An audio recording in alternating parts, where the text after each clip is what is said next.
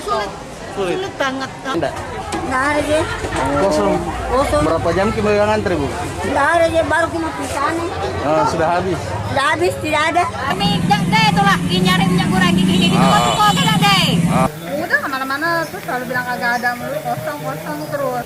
Kalau mendapatkan minyak goreng ini agak susah karena minyak goreng semakin langka.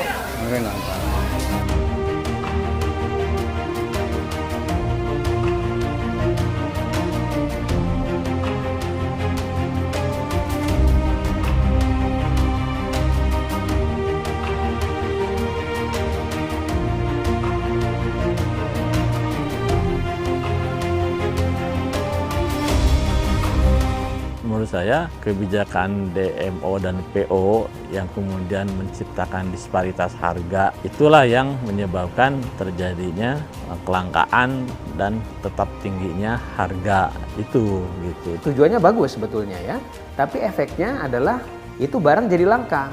Ya, jadi banyak sebagian daripada masyarakat dan juga yang ditargetkan untuk menerima subsidi malah jadi tidak dapat. Kosong itu kan ada berbagai kemungkinan ya kan. Besar kemungkinannya itu adalah di dalam distribusinya.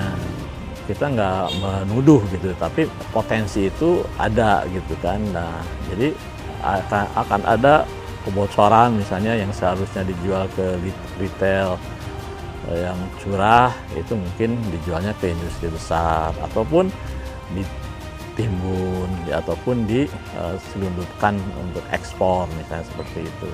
Ketika ada disparitas harga yang terlalu jauh, maka spekulan bermain, ya. Apalagi kita tahu dalam hal distribusi, rantai distribusi di kita ini kan kompleks ya.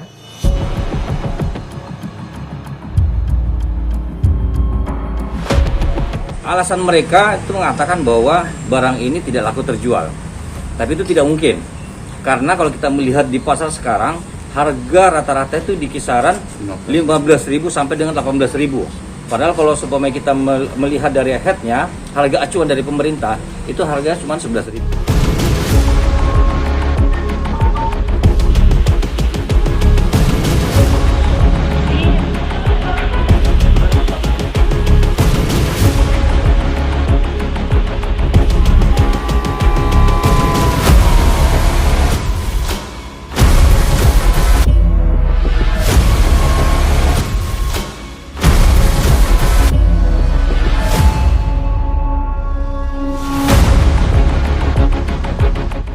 Itu informasi dari masyarakat bahwa ada penampungan CPO ilegal yang sudah beroperasi beberapa bulan.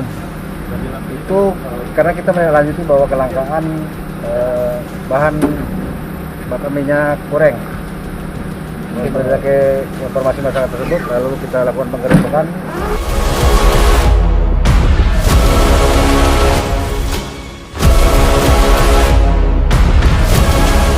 Pemerintah memperhatikan situasi penyaluran dan juga keadaan daripada distribusi minyak goreng, maka pemerintah memutuskan bahwa pemerintah akan mensubsidi harga minyak kelapa sawit curah itu sebesar Rp14.000 per liter. Kemudian yang kedua terkait dengan harga kemasan lain, ini tentu akan menyesuaikan terhadap nilai daripada keekonomian, sehingga tentu kita berharap bahwa dengan nilai keekonomian tersebut minyak sawit akan tersedia di pasar modern maupun di pasar tradisional ataupun di pasar basah.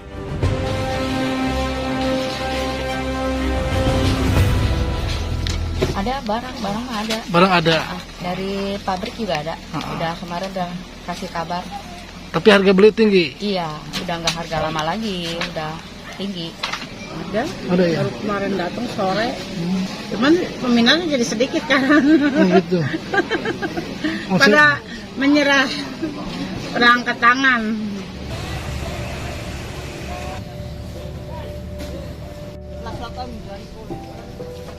Kalau kemarin sih masih ada sisa karena masih ada sisa stok. Kalau sekarang udah sama sekali kosong.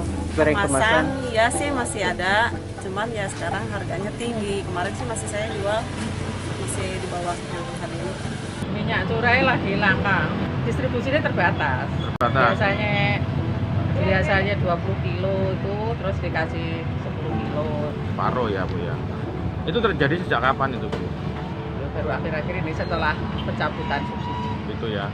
Kebijakan yang baru seperti sekarang, di mana yang sekarang yang disubsidi hanya curah, maka akan terjadi lagi. Nah, sekarang yang terjadi adalah potensi kelangkaan akan terjadi pada curah, ya, minyak goreng curah. Kalau kemarin kemasan dan curah, maka sekarang ketika di treatmentnya hanya kepada minyak goreng curah, nah ini kemungkinan besar ini akan terjadi praktik-praktik lagi, akan berlanjut nih spekulasi-spekulasi, ya, penumpukan yang disubsidi, ya, karena sekarang jadinya disparitas harga yang curah dengan yang kemasan, ya, yang non subsidi jadi jauh kan, apalagi kemasannya sekarang juga udah harganya lebih tinggi, bahkan lebih tinggi sebelum kebijakan subsidi di bulan Januari. Nah, jadi kalau menurut saya yang perlu dilakukan pemerintah itu skema subsidinya itu yang harus dirubah, bukan memberikan subsidi terhadap produknya, ya, komoditinya gitu kan, minyak goreng curah, tapi memberikan subsidi kepada konsumernya. Ya kan, asumsinya kan kenapa minyak goreng curah itu yang disubsidi, karena itu kan digunakan oleh masyarakat menengah ke bawah, ya kan. Kalau mau memberikan subsidi ya kepada mereka, ya kepada masyarakat menengah bawah ini.